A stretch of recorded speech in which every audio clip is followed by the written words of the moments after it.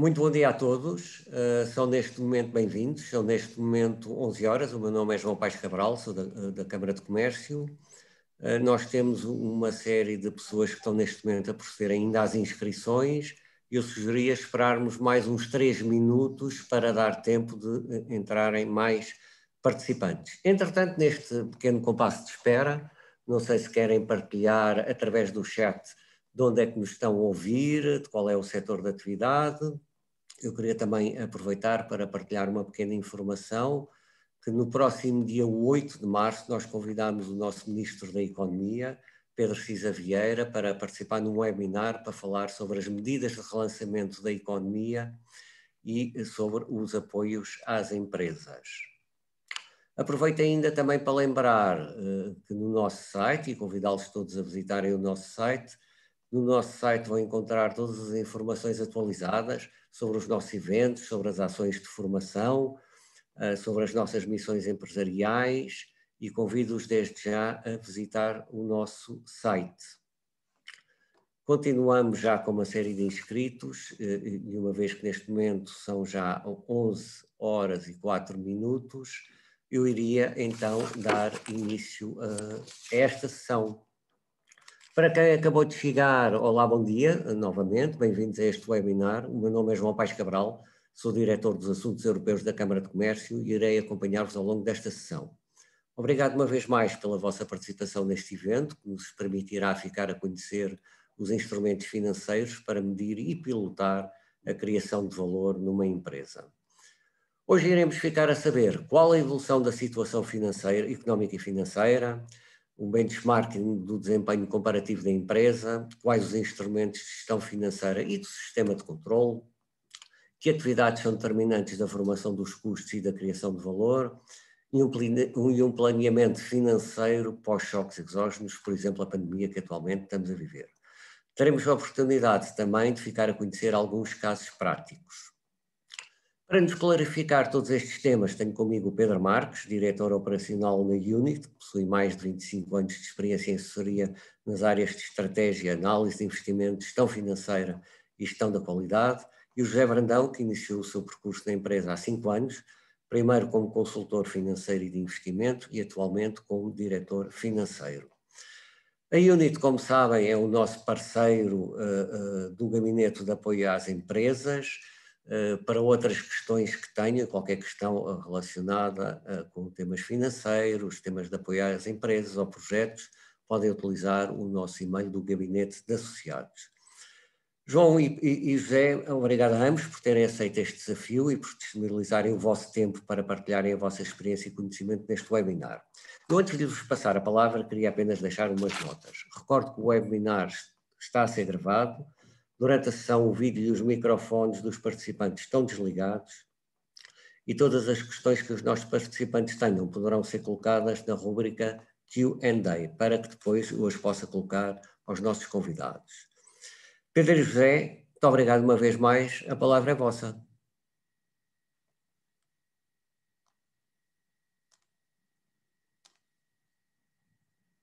Obrigado a todos. Vou só falar genericamente dos objetivos da sessão e depois então passar aqui a palavra ao Zé Brandão, que fará os primeiros pontos. Nós aqui temos 3 grandes objetivos da sessão. Isto é, passarmos um bocadinho a mensagem. Cada vez mais é importante numa empresa existir uma análise holística, uma visão integradora de todas as áreas, isto é, aproveitando que temos aqui o diretor financeiro da Unit e o diretor operacional, isto é, hoje em dia em qualquer empresa, micro ou grande empresa ou multinacional, não há áreas estanques, todas são relevantes, isto é, tanto a área administrativa ou financeira como a área operacional tocam-se. Hoje em dia já não se faz uma análise departamental e separando áreas de suporte de áreas operacionais, digamos, todas as áreas são igualmente importantes no organismo que é uma empresa. Depois, queríamos também falar um pouco e nos dias que correm é muito relevante, que valor é que o meu produto ou serviço acrescenta ao mercado, isto é, quais são as atividades que eu tenho que acrescentam valor naquele setor. E depois também a questão também cada vez mais importante de todas as decisões que tomamos numa empresa impactar indiretamente no equity, no valor da nossa empresa. E de ter que começar a utilizar também o equity, o valor, como um dos principais indicadores da empresa e não só o volume de negócios e a rentabilidade. Passava então a palavra ao Zé, que vai fazer o primeiro ponto da questão da análise económica ou financeira. Muito bom dia a todos. Eu vou então aqui iniciar o compartilhamento da apresentação. Portanto, o Pedro já fez aqui um overview daquilo que são os objetivos para a sessão de hoje. Eu vou então aqui iniciar com uma breve portanto, apresentação sobre aquilo que é a análise económica e financeira, com enfoque na parte financeira, e algumas abordagens que são, portanto, que estão na base de uma análise económico-financeira. Apresento aqui uma introdução que visa cobrir toda esta primeira parte. Portanto, uma primeira perspectiva importante é o facto das demonstrações financeiras serem uma ferramenta fundamental de apoio à gestão e, portanto, de apoio à tomada de decisão nos vários âmbitos, seja da gestão estratégica, seja depois nas várias áreas funcionais da empresa. Depois aqui uma perspectiva que a situação patrimonial e o desempenho económico afetam naturalmente a capacidade de recurso a capitais alheios e, portanto, os rácios que podem ser tidos e feitos em cima das demonstrações financeiras têm depois um reflexo naquilo que é a análise do mercado perante a empresa. Depois aqui uma perspectiva adicional que tem a ver com a formação das necessidades de tesouraria, portanto, que decorrem do fundo de maneio, das necessidades de fundo de maneio. Depois aqui uma perspectiva paralela que tem a ver com o facto dos meios libertos líquidos que forem retidos são uma ferramenta importante de autofinanciamento e, portanto, a decisão de distribuir resultados tem impacto naquilo que é a capacidade da empresa fazer reinvestimento e depois perceber aqui que toda a perspectiva de análise económico-financeira tem que ter por base um conjunto de, portanto, características que a empresa tem, seja o negócio, o setor, as práticas de gestão e tudo aquilo que são as decisões que vai tendo na sua atuação de mercado. Começando então aqui pelas demonstrações financeiras, as principais estão aqui apresentadas, as que são mais utilizadas em Portugal do ponto de vista de análise é o balanço e a demonstração de resultados. Pegando aqui no balanço, portanto é uma demonstração financeira que expressa a situação patrimonial da empresa, portanto é uma fotografia num determinado dado no tempo, num determinado momento do tempo. Portanto, este documento caracteriza aquilo que são os ativos que a empresa tem, correntes e não correntes, e a forma como estes são financiados em termos de capitais. E permite avaliar, por um lado, a liquidez que a empresa tem nesse momento e, por outro, a solvabilidade, ou seja, a capacidade que tem de fazer face às exigências que possui. E depois permite também analisar os ciclos de financiamento, quer no curto, quer no longo prazo. Já a demonstração de resultados reflete o ciclo económico, portanto, apura num determinado período de tempo aquilo que são os resultados que a empresa tem na sua operação e portanto, pode ser expressa de várias formas. O mais típico é ser expressa por funções, por natureza, mas pode também ser por funções, ou por produto, ou pelo segmento operacional que a empresa atua. Em termos de estrutura, o balanço caracteriza-se por ter de um lado o ativo e do outro os capitais que o financiam. Do ponto de vista do ativo, ele é expresso de acordo com a liquidez, portanto na parte alta do balanço tem menor grau de liquidez, na parte baixa tem maior grau de liquidez, onde as disponibilidades são o ativo mais líquido e daí ser expresso no final do ativo. Do ponto de vista do capital alheio, ele é expresso de acordo com o grau de exigibilidade.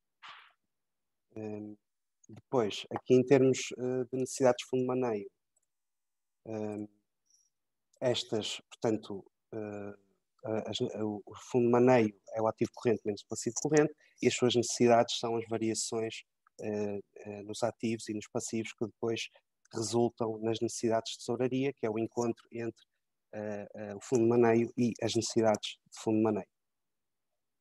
Depois aqui, como eu expunha inicialmente, os meios libertos, quando não distribuídos, resultam no autofinanciamento, o que pode permitir à empresa assegurar uma manutenção de capital amortizar o capital alheio e fazer crescer o negócio através deste reinvestimento. Portanto, passei aqui em revista um conjunto de informação teórica e básica na análise financeira. Depois, com base nas demonstrações financeiras, podem ser feitos um conjunto de análises que tipicamente são expressas em rácios. Não vou aqui explorar muito, que eles são sebejamente conhecidos. Os rácios podem ser de vários tipos e, portanto, expressam, no fundo, num determinado momento, um conjunto de indicadores que podem ser analisados e podem servir de base à tomada de decisão. Como eu explicava inicialmente, estes rácios têm que, portanto, ter em conta as características da empresa, seja do negócio, do setor, das práticas de gestão e, portanto, este fenómeno, este facto, implica que seja importante terem atenção à informação do mercado, à informação do próprio setor e, portanto, daí passarmos agora para o próximo ponto, que tem a ver com formas simples e práticas que podemos aceder à informação do mercado para fazer este benchmark. Passava então agora a palavra ao colega Pedro para dar seguimento.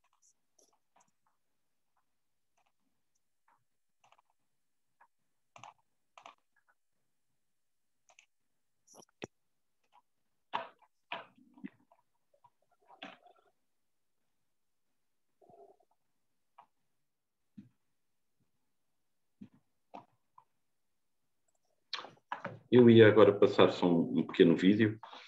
Não testamos tecnologicamente antes. Ele tem legenda, não sei se vocês vão ter som, mas ele tem legenda e depois também fará parte da apresentação o link para este vídeo. Isto é, este ponto do Benchmarking and Tools tem a ver com a importância de fazermos sempre uma análise económico-financeira comparativa, quer seja da própria empresa com períodos homólogos, quer seja com os seus concorrentes diretos, com o mercado, com outros setores. Aqui, para ter alguma relevância, vamos sobretudo aqui mostrar hoje em dia o potencial que já existe de ferramentas como o do Banco de Portugal. Vamos deixar de fora outros instrumentos, como seja as entidades tipo InformaDB, Iberinforma. Hoje em dia também há formas de fazer um pequeno autodiagnóstico, mas é sempre relevante ou terem quadros internos que dominam, ou terem apoio especializado. E o próprio Estado português está a fazer um investimento a criar o chamado mecanismo de alerta precoce, em que vai tentar automaticamente, com base na IES e com a informação do e-fatura, emitir alertas para as empresas quando vê sinais de indícios de agravamento da situação económica ou financeira.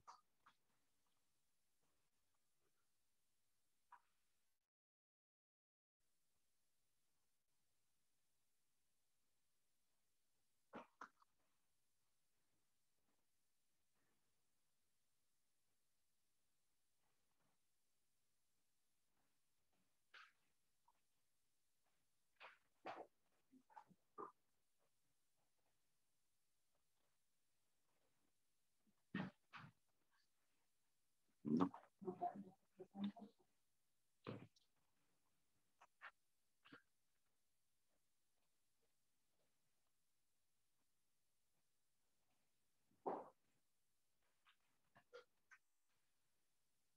Peço desculpa.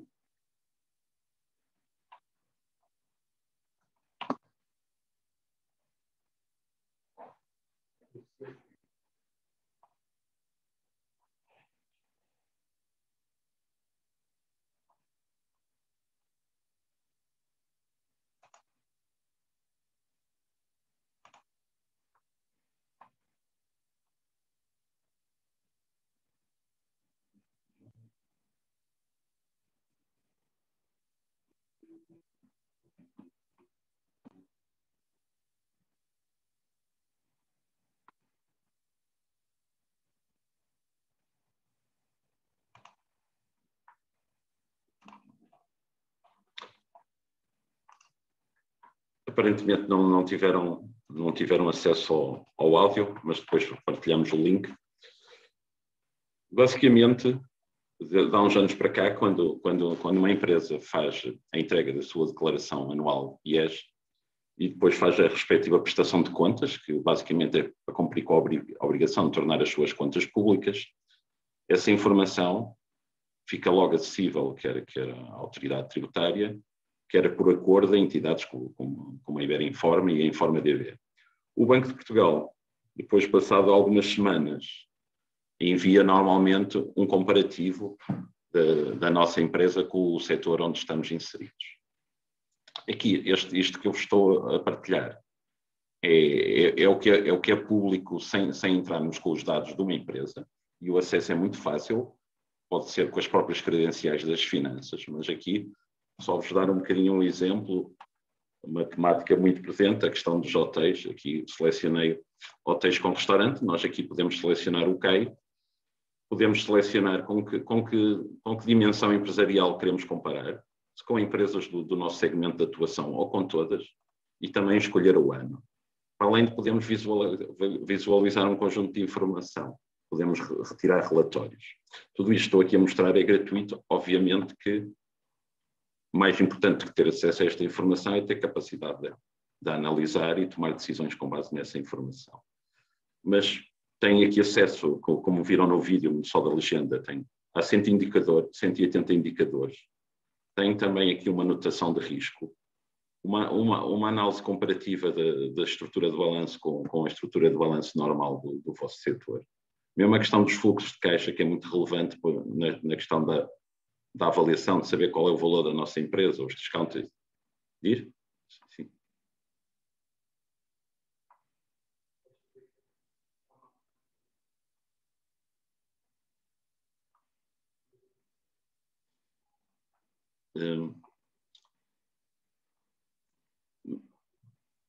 Em relação quando entramos com o acesso da própria empresa, tem uma vantagem muito interessante, isto é,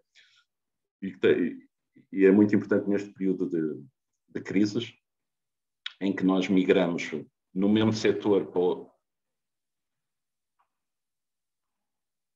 no mesmo setor migramos para outros produtos ou para outros segmentos, ou muitas vezes houve empresas que tiveram que fazer um movimento completo de passar de um setor para outro. E através de acesso a estes indicadores nós conseguimos comparar níveis de rentabilidade da área onde atuamos com a área onde pretendemos nos mover e passar a atuar.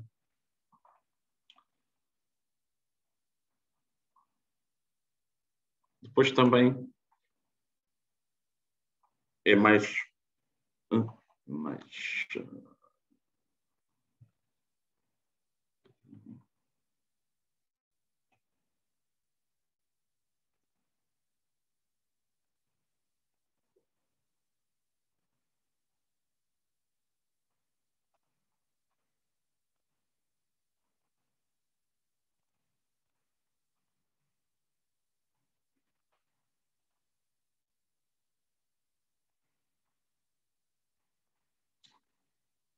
Peço desculpa, estamos aqui com algumas dificuldades técnicas.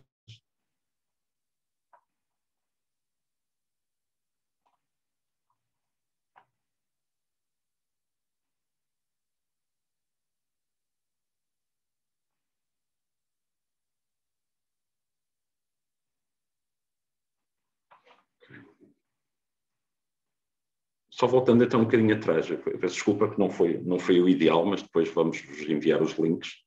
Isto é a explicação da evolução desta ferramenta, que mais uma vez reforço, gratuita. Depois também muito importante, e nos tempos atuais, e depois o José Brandão também vai mencionar, quer nós como cidadão particular, quer qualquer sociedade, consegue, ao contrário do passado, já não necessita de ir aos locais onde o Banco de Portugal está presente, consegue saber tipo, hoje conseguimos saber a 31 de janeiro todos os nossos passivos perante a banca, incluindo cartões de crédito, leasings e outros instrumentos. Conseguimos saber os valores em dívida, as garantias e outra informação. Conseguimos ter acesso a isto de forma digital. E tudo isto é muito relevante também para percebermos a nossa situação financeira e de tesouraria. Por isso aqui, basicamente, queria reforçar que existem já excelentes ferramentas de acesso gratuito à informação, além de um trabalho que tem que existir de observação permanente dos concorrentes diretos ou de potenciais concorrentes diretos ou new entrants. Depois, havendo conhecimento especializado ou apoio de consultoria, consegue-se criar um radar da concorrência e também um benchmarking interno muito relevante para a organização. Passando aqui para o ponto da formação de valor. Ainda antes da parte económica ou financeira, gostava só aqui de falar um pouco da parte da gestão estratégica, quer seja numa empresa nova ou numa empresa existente. É muito relevante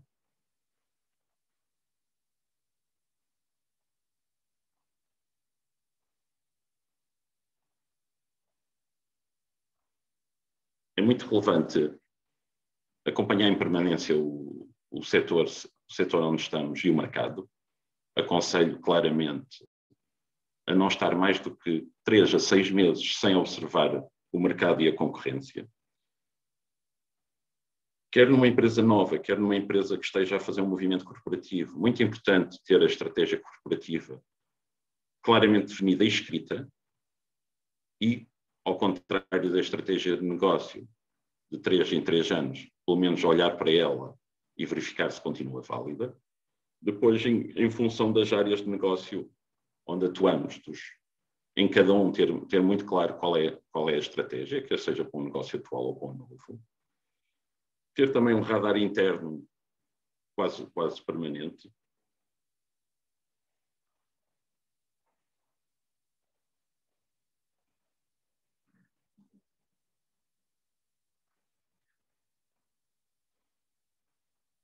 Um radar interno quase permanente, isto é, fazer com frequência diagnósticos à própria organização. Muito importante sabermos, quer antes de criar a sociedade, quer em continuidade, se temos as competências, quais são as nossas competências nucleares, se as temos quando estamos a fazer um movimento de entrada numa nova área de negócio. Isto é, temos que as ter mapeadas.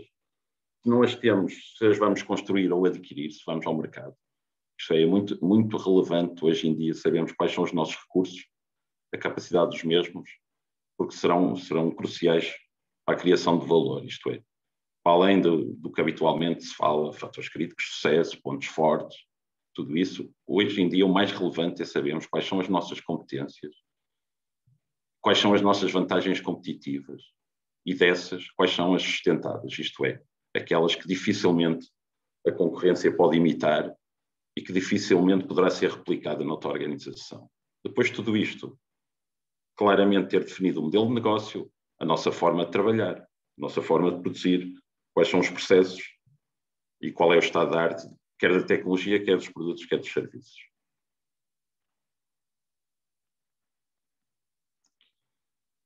E também, muito importante, quer na criação de um produto novo, quer na melhoria de um existente, é saber o que é que valorizam os clientes, isto é, o que é que o mercado procura.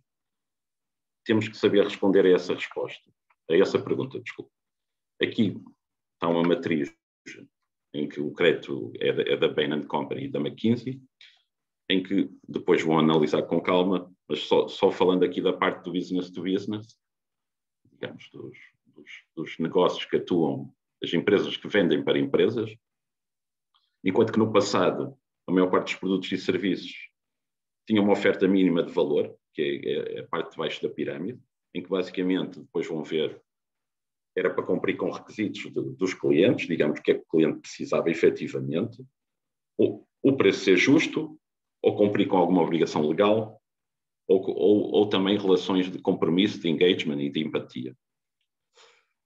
Hoje em dia, no topo da pirâmide já estamos nos chamados purpose-driven business, isto é, hoje em dia já há uma parte do mercado que valoriza empresas em que, por exemplo, o principal valor colocado no mercado são as preocupações de responsabilidade social e não as outras, isto é, hoje em dia está-se a assistir a um movimento desde a oferta mínima de base, que era o valor mínimo oferecido ao mercado e aos clientes, para ofertas mais avançadas.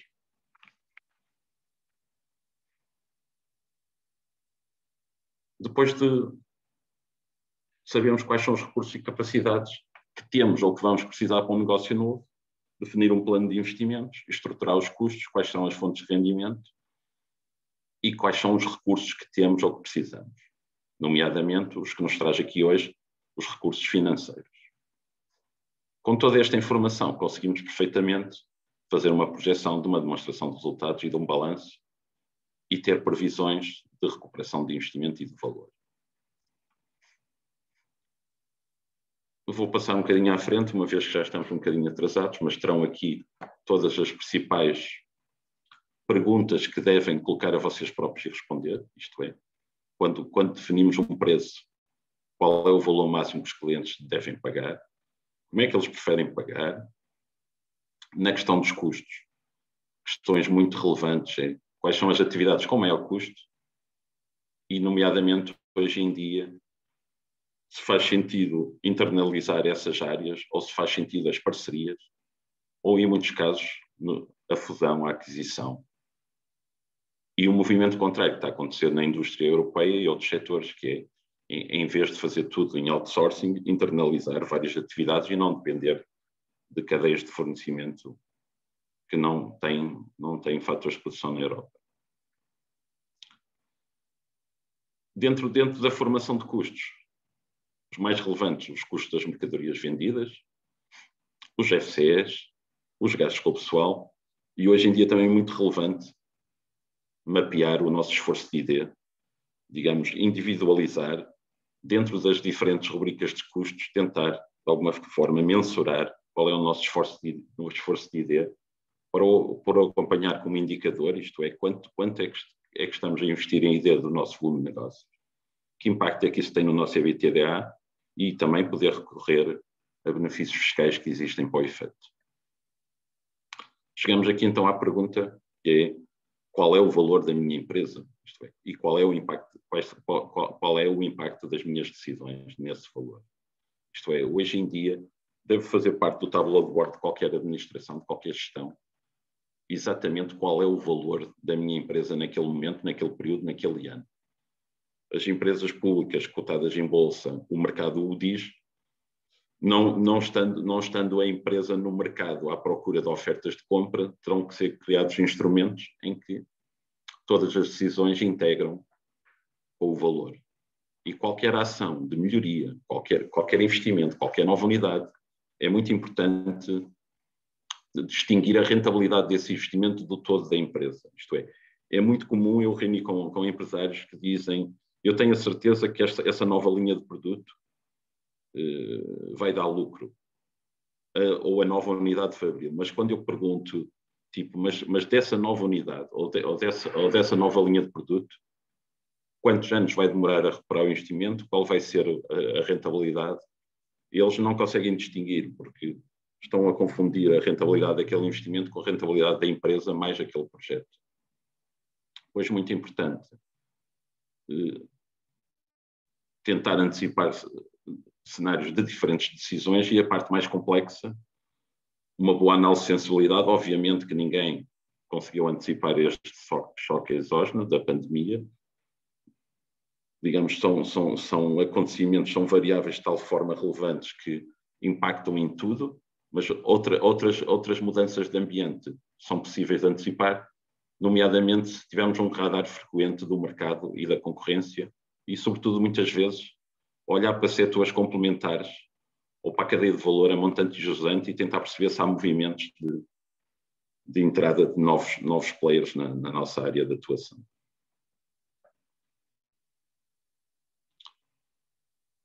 Agora passava para o Zé Brandão.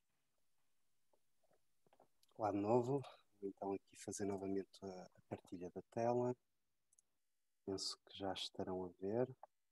Portanto, no seguimento aqui do que o Pedro estava a expor do ponto de vista daquilo que são as implicações que a perspectiva da análise financeira tem em momentos críticos como são claramente momentos como o choque exógeno da pandemia que estamos a viver hoje em dia e, portanto, vou aqui dar seguimento, sendo um conjunto de considerações que têm a ver com os momentos e as abordagens que devem ser tidas em conta em situações extraordinárias como aquela que estamos a viver.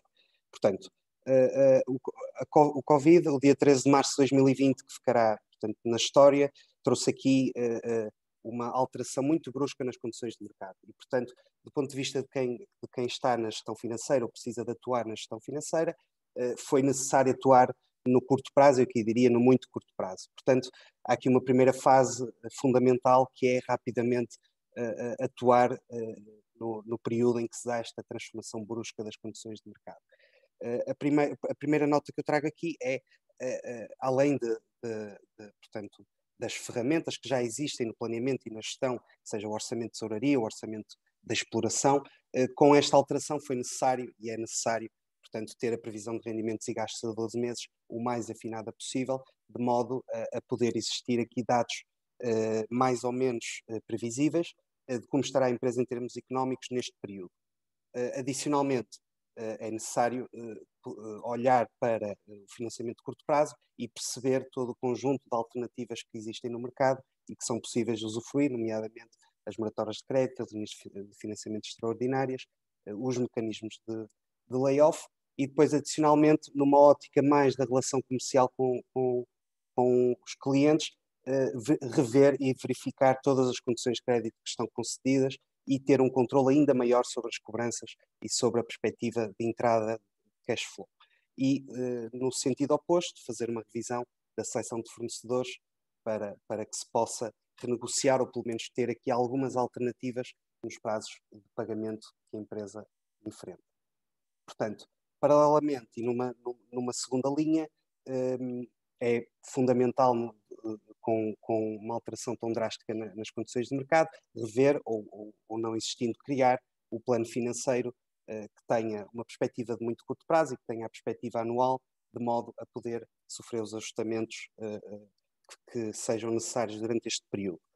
Aqui, como o Pedro falava, além da gestão que a empresa faz internamente, em todos os meses é possível verificar a posição que a empresa tem em termos de créditos, e aqui não só, portanto, os créditos de curto prazo e de longo prazo, mas também a exposição a garantias bancárias, e a ferramenta que o Banco de Portugal disponibiliza é muito interessante para poder servir de base a essa atualização dos dados que a empresa, portanto, tem sobre os seus créditos bancários. E assim, portanto, com base nesta informação e com base no plano financeiro, é possível redefinir a margem de segurança, obviamente com uma alteração tão drástica no mercado, a criação de uma reserva de segurança adicional é muito importante para fazer face ao período em causa.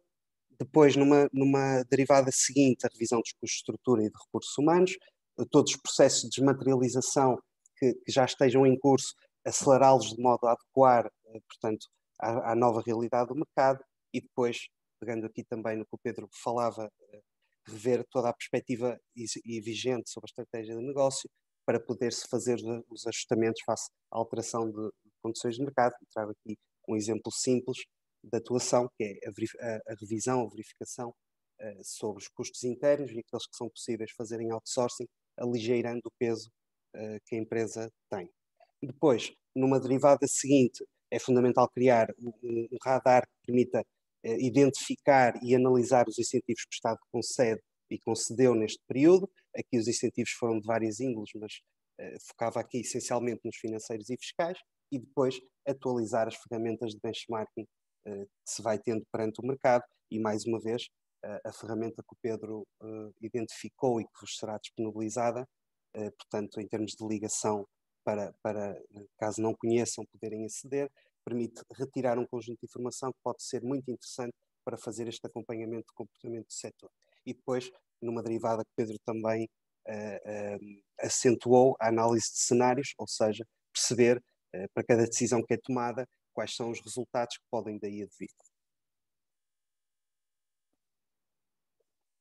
Posto isto, após a atuação no muito curto prazo, é preciso rever o planeamento para o período que sucede esta fase inicial. E, portanto, olhar para o período de retoma económica para perceber que ajustamento é que a empresa vai ter do ponto de vista económico para retomar a sua atividade e normalizar a sua atividade, que na prática nunca será igual ao momento em que se dá o início deste choque. E, portanto, daí ter uma previsão de cash flows deste período de retoma, e depois aqui passar toda a informação financeira que foi revista e planeada e toda a informação económica que foi atualizada, todos os ajustamentos que foram feitos na estratégia. É muito importante, na nossa perspectiva, apresentar esse planeamento financeiro e económico às instituições de crédito. Obviamente, todas as empresas têm um nível de exposição maior ou menor às instituições de crédito, e demonstrar estes pressupostos de continuidade perante este stakeholder, que é fundamental na atividade da empresa, permite conceder-lhe uma confiança que pode ser crucial naquilo que é o período que estamos a viver e o período que o sucederá. E depois também, numa perspectiva um bocadinho paralela, demonstrar a este stakeholder que há a capacidade de incluir novos capitais ou de acrescentar suprimentos na estrutura de capital alheio, de modo a dar, portanto, a confiança como eu estava a expor. E depois, numa lógica de ter várias margens de segurança ou acrescentar à margem de segurança, portanto, fluxos adicionais que permitam que a retoma, caso não aconteça como previsto, que haja oscilações de tesouraria que não estão programadas, poder a empresa, portanto, socorrer-se dessa segurança adicional. Depois trago aqui também um conjunto de notas adicionais sobre os momentos de crise como o que estamos a viver. Portanto, o impacto de uma crise económica dá-se, portanto, não só ao nível da empresa e do seu ambiente, portanto, relacional com outras empresas, mas também ao nível das instituições de crédito. Uma parte importante, como tivemos exemplo na crise de 2007 a 2012, grosso modo, portanto, o facto dos agentes económicos estarem em dificuldade cria aqui uma pressão para que as instituições de crédito socorram o mercado. E depois, funcionando também na perspectiva inversa, como estamos numa situação em que os resultados das próprias instituições de crédito começam a deteriorar-se, o seu acesso a financiamentos no mercado interbancário ou no Banco Central Europeu começa também a deteriorar-se. E este acompanhamento do rating da empresa e, ao mesmo tempo, uma proximidade grande com a instituição de crédito vem trazer aqui informação que depois permita à empresa, portanto, atuar de uma forma mais bem planeada.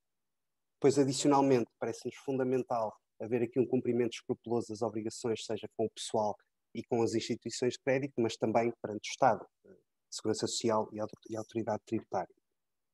Em adição àquilo que eu já estava a adicionar do diálogo próximo com os principais stakeholders, adicionaria aqui também uma proximidade grande a clientes e fornecedores estratégicos para a empresa poder atuar rapidamente caso haja alguma dificuldade num destes agentes.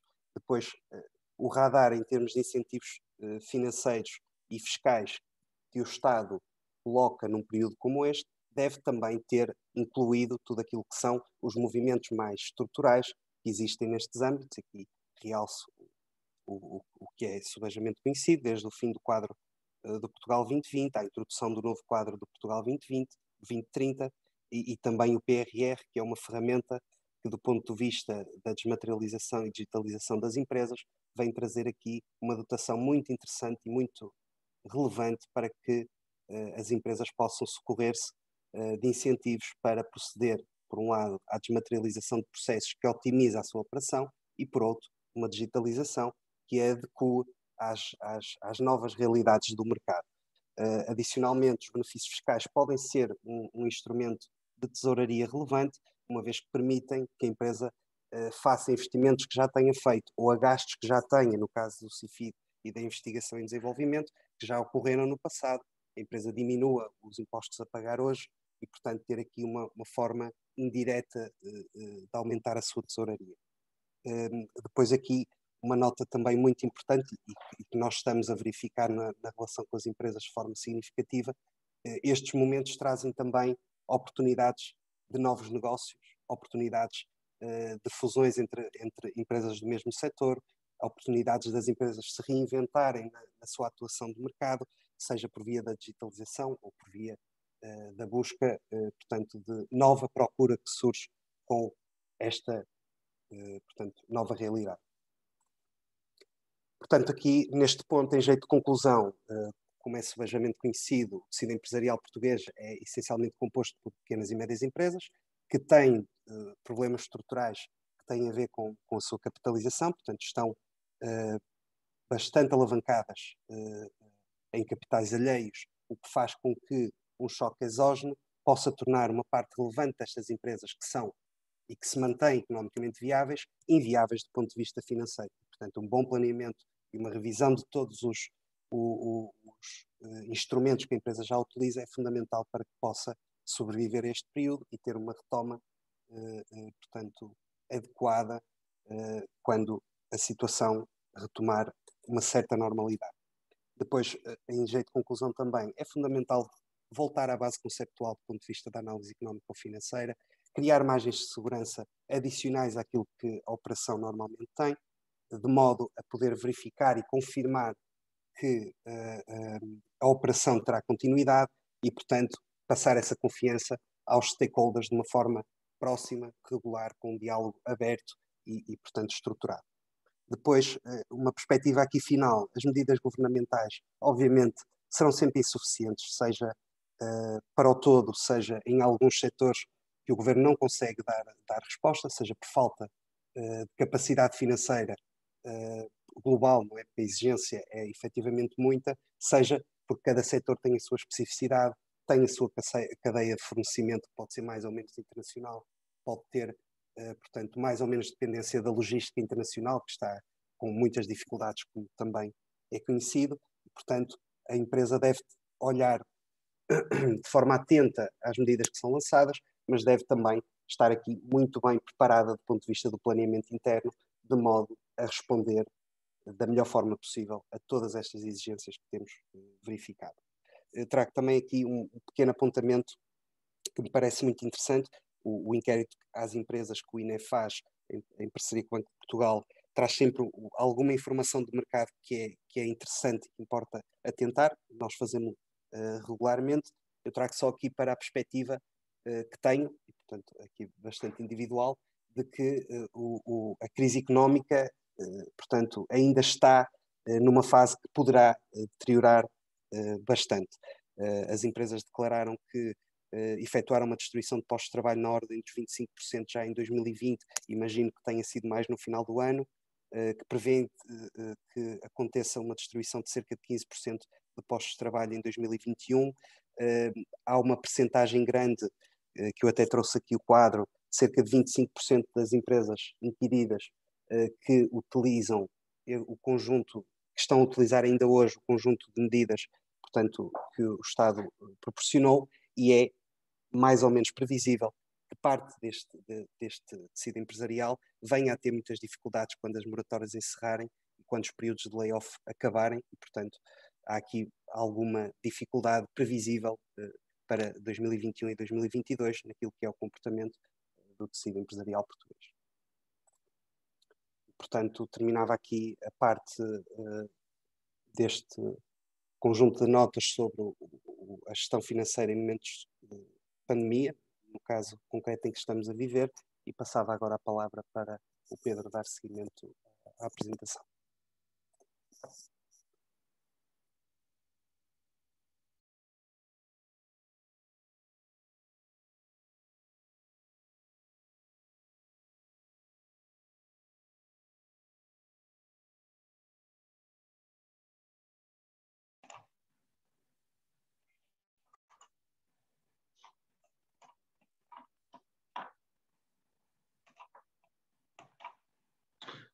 Ora bem, estamos com o tempo já um bocadinho apertado. Nós temos dois casos práticos, vamos só apresentar um. Aqui, depois vamos partilhar no fim desta sessão uma ferramenta bastante simples em Excel, mas dizer-vos que hoje em dia é muito fácil integrar a informação que vem de plataformas como a InformaDB e Iberinform, do Banco de Portugal, com as nossas ferramentas internas, quer sejam de folhas de cálculo ou de Business Intelligence. Hoje em dia, por exemplo, aquilo tudo que vemos do Banco de Portugal é possível integrar com ferramentas das próprias empresas e de fazer o comparativo.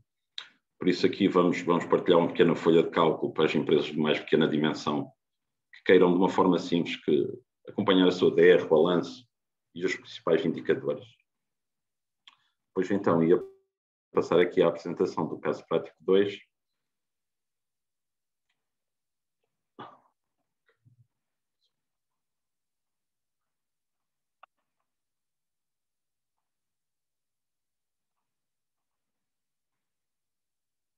Pronto, aqui só um pequeno enquadramento. Nós também, um bocadinho já também palavras finais, somos uma consultora que existe há mais de uma década, que nasceu num grupo que tem 20 anos. Somos, sobretudo, uma consultora que atua no segmento das PMEs e com uma forte componente de parcerias com as principais entidades bancárias de Portugal, não é? Aqui, em concreto, é uma empresa que estava num processo de transformação, de migração para o digital, entrada em novos segmentos e, como o habitual na Unit, isto foi um trabalho em parceria com os bancos, em que, por indicação bancária, pediram-nos apoio no seu cliente para fazer uma análise da performance financeira e outras questões. Aqui, inicialmente, ainda antes de fazer este trabalho, que podemos dizer que aqui já foi um diagnóstico completo, a área financeira, foi feito um diagnóstico geral à organização, identificados aspectos a melhorar, problemas em várias áreas e, inclusive, também demos apoio na área estratégica. Por isso vou fazer a apresentação um bocadinho mais acelerado, mas depois também qualquer questão poderão colocar. Basicamente, aqui foi um trabalho em que fizemos análise económica ou financeira, comparamos a empresa com os principais players, com os principais concorrentes diretos dos dois segmentos de atuação, business to business e business to consumer. Depois fizemos também uma análise às técnicas de planeamento e controle de gestão.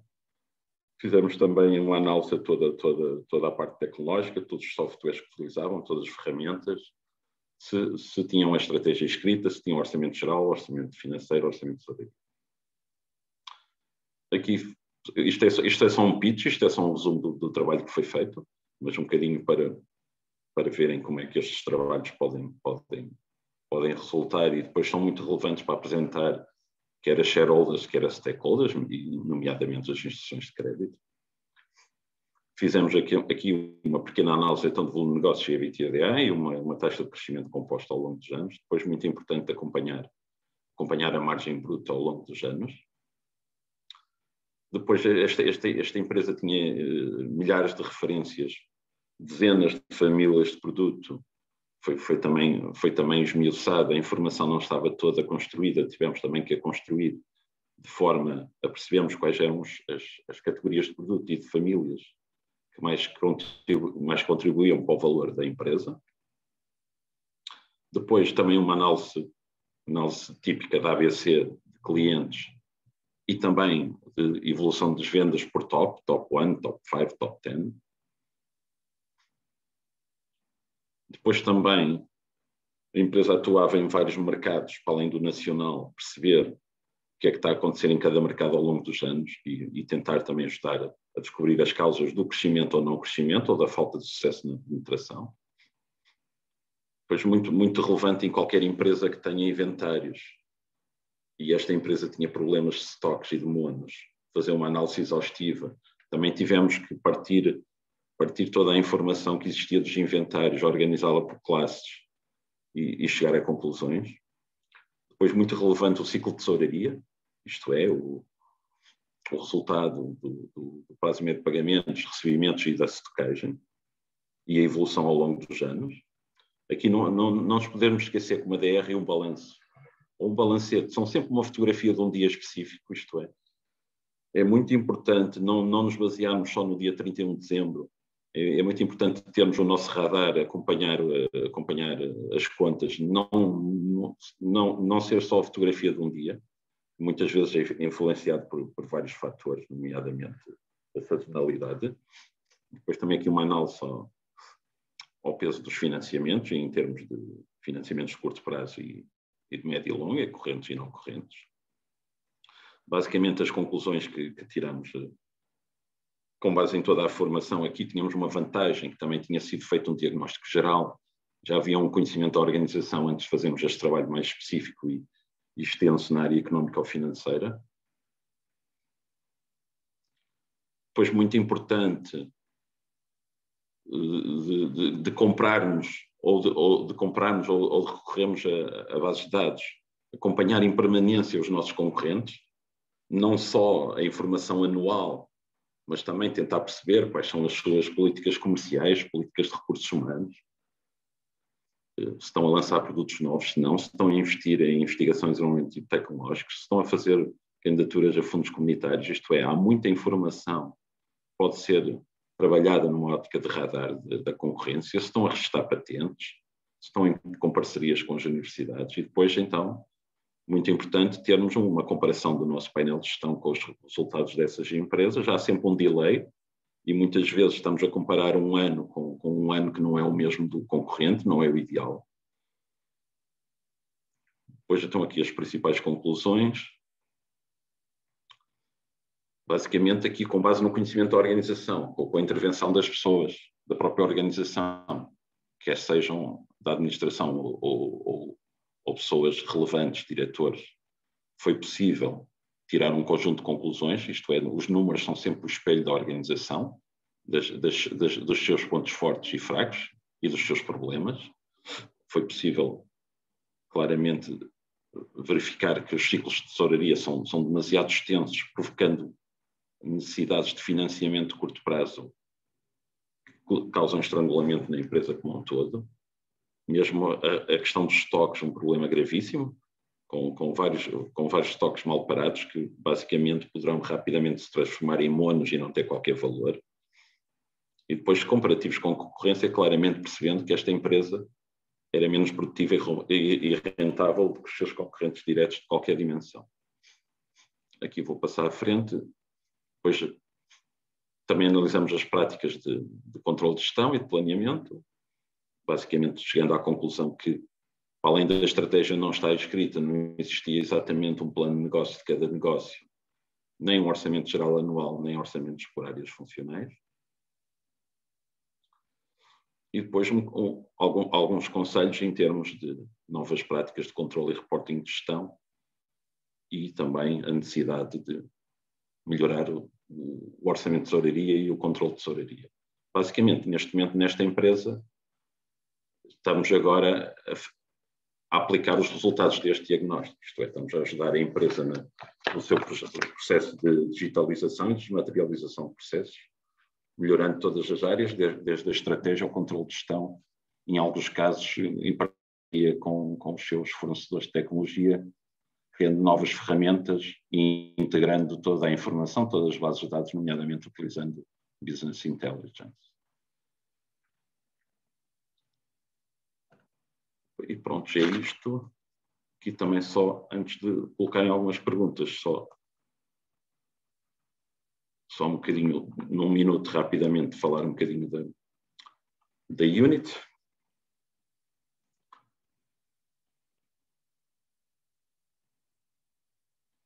Das nossas competências, como eu disse, uma das nossas vantagens competitivas sustentadas é a relação intrínseca que temos e histórica com as principais instituições de crédito nacional, mas também com outras entidades relevantes, nomeadamente o sistema científico ou tecnológico. Nós temos uma abordagem distinta, estamos muito focados no resultado, na resolução de problemas, adaptamos a qualquer dimensão de empresa e à realidade e mesmo à personalidade do dono. Temos 5 áreas de atuação muito fortes: o fundraising, nomeadamente na área quer seja financiamento bancário, ajudar as empresas a obter financiamento bancário, ou fundos comunitários. Depois na área dos benefícios fiscais, em que somos muito fortes no REFAI, CIFID e outros. Acompanhamos em sede de execução mais de 300 projetos que tiveram sucesso, em que ajudamos o cliente até implementar ou terminar o incentivo reembolsável. Depois na área do Corporate Finance, que é um bocadinho a área que estamos a falar hoje, e temos uma equipa de engenheiros capazes de resolver qualquer tipo de problema, ou com as competências internas ou em parceria. Nesta área em concreto, somos muito fortes em qualquer tipo de avaliação, ajudamos a conceber modelos de negócio, também atuando e intervindo na área estratégica, damos suporte à tomada de decisões estratégicas, com uma grande questão também que é ajudamos no estudo do mercado, no estado da arte e também saber qual é o impacto desta decisão no valor da empresa. Ajudamos em processos de capitalização, também novas formas, as formas mais recentes de financiamento, nomeadamente pacotes obrigacionistas multi-PME, e por fim, em conjunto com os nossos parceiros, com a banca de investimento e com a banca comercial. Ajudamos as empresas em processos de reorganização, de fusão e de aquisição. Pronto, concluí. Não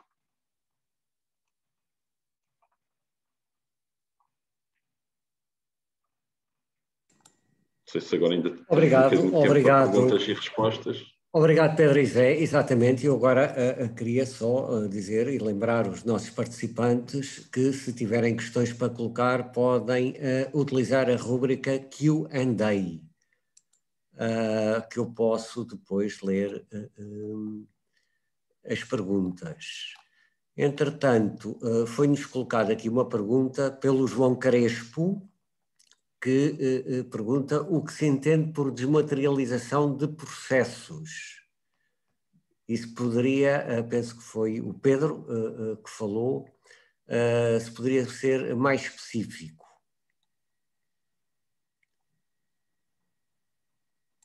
Sim, vou pedir até ao Zé para responder, uma vez que nós, para além de ajudarmos as empresas nesse sentido, também temos estado a fazê-lo internamente, nada como o Zé falar da nossa própria experiência. Claro. Portanto, ao nível dos processos administrativos e financeiros, já vínhamos com esse movimento do passado e, portanto, tudo aquilo que tem a ver com a relação com os nossos clientes do ponto de vista do envio de faturas, da relação em termos de existências de cobrança, da negociação de tudo aquilo que são os acordos de pagamento ou as necessidades que sejam de partir, no fundo, os momentos de pagamento. Transitámos de uma relação em termos processual que acontecia essencialmente no papel, quer o envio da fatura, quer o envio das cartas de interpelação, para 100% digital. Isso obrigou-nos a olhar para o nosso ERP interno, verificar de que forma é que colocávamos o processo a acontecer totalmente na forma digital e hoje fazemos-lo assim. Portanto, na prática, é converter um processo que tenha a intervenção manual, que tenha, portanto, a necessidade da transição do papel, aqui nos processos administrativos é muito comum, passar para portanto, uma digitalização, no nosso caso, completa daquilo que é a relação com os clientes. Eu colocava aqui uma nota sobre isto, sem querer fazer grande publicidade, a SAGE é o nosso parceiro a este nível, do ponto de vista dos processos administrativos e financeiros. Estão a lançar um conjunto de iniciativas para permitir que os processos contabilísticos, faturação e de gestão documental, administrativa e financeira aconteçam da forma digital. Foram alteradas do ponto de vista legal, portanto, aquilo que são as obrigações do arquivo contabilístico em papel, e neste momento estamos também a verificar com a SAGE de que forma é que podemos transitar todo o arquivo do papel para o formato digital. E, portanto, isto são, no âmbito dos processos contabilísticos, administrativos, financeiros, exemplos de desmaterialização que eu penso que são bastante simples de compreender. Obrigado, Zé. Eu, entretanto, tenho aqui mais duas questões que recebi. Uma delas do Vítor Almeida, que pergunta se o Excel será disponibilizado. Leio também transmito desde já outra pergunta que nos foi colocada, do Alberto, que nos está a ver em Macau, e pergunta se seria possível ter o apoio da Unit para empresas portuguesas que precisam de apoio no mercado chinês.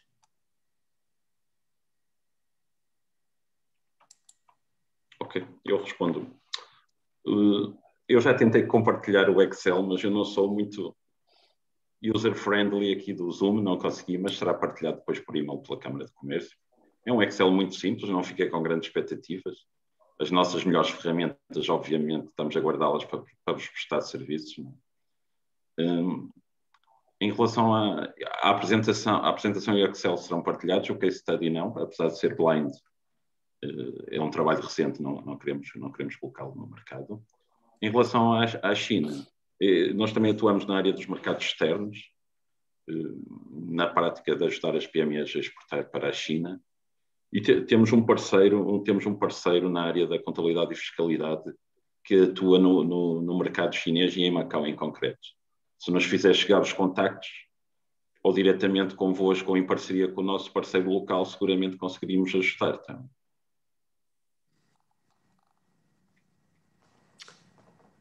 Perfeito. Entretanto, recebi aqui mais uma pergunta. Nós estamos mesmo a chegar ao final da sessão, que é o Joaquim Loureiro, que pergunta como se obtém um sistema de radar da concorrência. É assim, as empresas têm também muitas competências internas, mas muitas vezes o custo da oportunidade de criar equipa ou ferramentas não faz sentido e é melhor recorrer a consultoras. Mas é muito fácil de construir. Na prática tem tudo. Se estivermos a falar de um negócio novo, uma empresa existente, claramente saber em que área é que nós atuamos, isto é, que valor é que colocamos no mercado, o que é que acrescentamos de valor, quem são os nossos concorrentes diretos, com quem é que temos perdido concursos públicos ou propostas, isto é, construir essa informação, qual é o nosso mercado, o segmento de atuação, tentar dimensioná-lo e quem são os nossos concorrentes. Depois, se o objetivo não for contratar consultoria, não tiver essas competências internas, é com frequência levantar as contas da concorrência, elas podem ser compradas diretamente, muitas empresas não sabem, mas os dados que recebem pela Informa EDB ou Iberinform podem ser comprados diretamente, isto é, nós podemos comprar um pacote de tipo acompanhar durante um triênio os nossos principais concorrentes, fornecedores, parceiros e clientes, e depois ter capacidade de analisar essa informação, ter um bom painel de gestão interno, digamos, se o concorrente for mesmo direto, atua no mesmo setor. Por isso, o painel interno de controle de gestão terão que obter o máximo dessa informação para comparar a sua com essa isto. Daí vão conseguir perceber, fazer benchmarking, perceber se há, por exemplo, rubricas de custo em que, em percentagem do volume de negócios, as outras empresas têm melhor, o que quer dizer que não estaremos a negociar bem ou poderemos não ser tão produtivos, tão eficientes como os nossos concorrentes, mas assim, os números têm por trás realidade, têm pessoas, têm processos, têm tecnologia, mas são o espelho, isto é. E tendo a visão de tudo, será muito fácil detectar onde é que não estamos bem e o que é que temos que fazer para melhorar. Muito bem, obrigadíssimo pelo esclarecimento adicional, Pedro. Nós chegamos agora ao final desta sessão. Eu agradeço a presença de todos, e em especial dos nossos oradores, do Pedro Marques e do José Brandão da Unit. Conforme eu referi no início desta sessão, a Unit é o nosso parceiro do nosso gabinete de apoio à estratégia e investimento. Lembro também a todos os participantes que no nosso site vão encontrar informação atualizada sobre os próximos eventos, e desejo um bom fim de semana a todos e até breve. Bom fim de semana.